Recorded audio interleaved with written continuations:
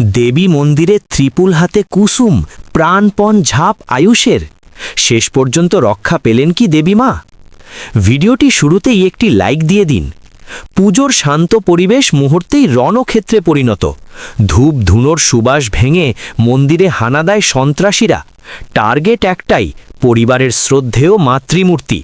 কিন্তু তারা ভুলে গিয়েছিল, দেবীর আশীর্বাদ যেখানে আছে সেখানে অন্যায় টিকতে পারে না। সবাই যখন আতঙ্কে স্তব্ধ, ঠিক তখনই আগুন হয়ে জ্বলে ওঠে কুসুম।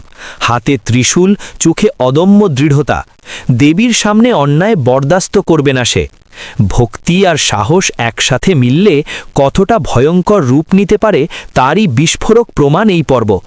পরিস্থিতি যখন হাতের বাইরে চলে যাচ্ছে, ঠিক তখন বজ্রগতিতে এসে দাঁড়ায় আয়ুষ।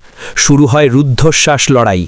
একদিকে অশুভ শক্তির তাণ্ডব, আর একদিকে বিশ্বাস, ভালোবাসা আর সাহসের অদম্য প্রতিরোধ। প্রতিটি মুহূর্তে বাড়তে থাকে উত্তেজনা।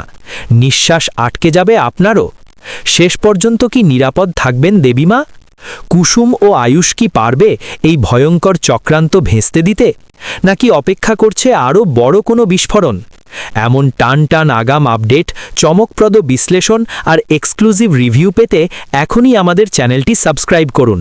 পাশে থাকা বেল আইকনটি অন করে রাখুন, যাতে কোনো বড় চমক মিস না হয়।